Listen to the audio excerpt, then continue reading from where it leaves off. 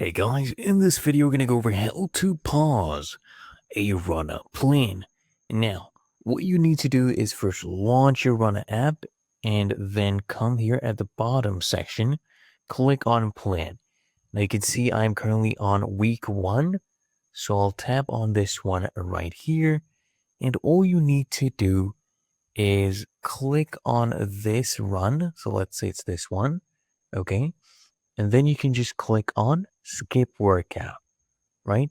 As you can see now, this workout has been skipped and you'll get this icon that shows up. It's a minus symbol.